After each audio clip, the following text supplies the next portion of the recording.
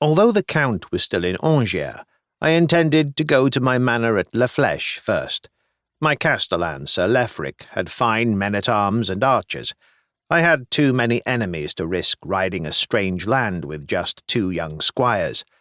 Besides, I hoped that Lefric might give me more news about my son. He was never a good writer of letters. I knew little of his wife nor his son. He appeared to love Eliane, but I had never even met her, and I had a 2-year-old grandson on whom I had never laid eyes.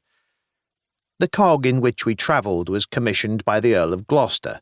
It was a sturdy vessel, but I wished that I was aboard my own ship, Adela, captained by William of Kingston.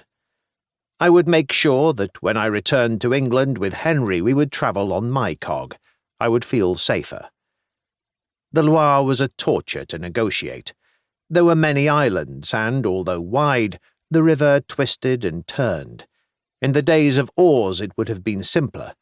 I now understood why some of William's journeys took far longer than I anticipated.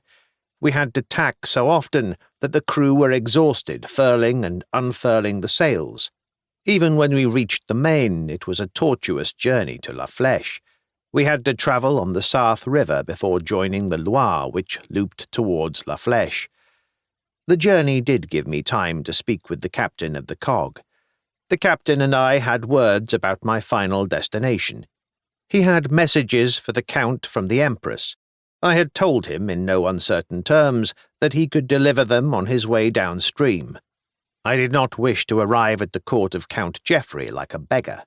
I would arrive with squires, men-at-arms, and horses, furnished by my Angevin estate. La Flèche was a beautiful little place.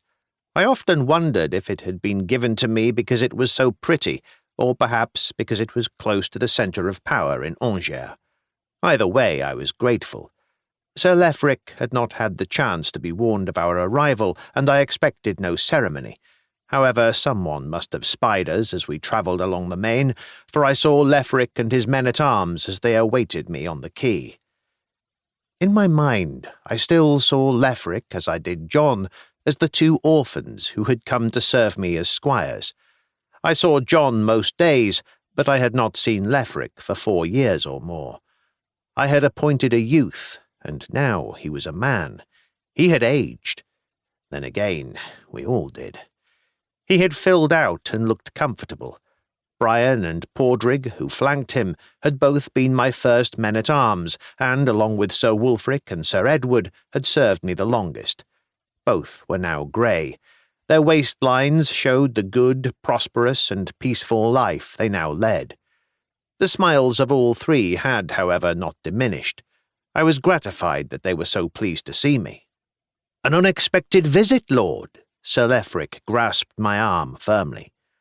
I nodded as I stepped from the cog and clasped his arm. "I come on the Empress's business." I turned and pointed to Gilles and Richard. "You know Gilles, and the other is Richard. Padraig and Brian, help them with our chests. We are here for some time."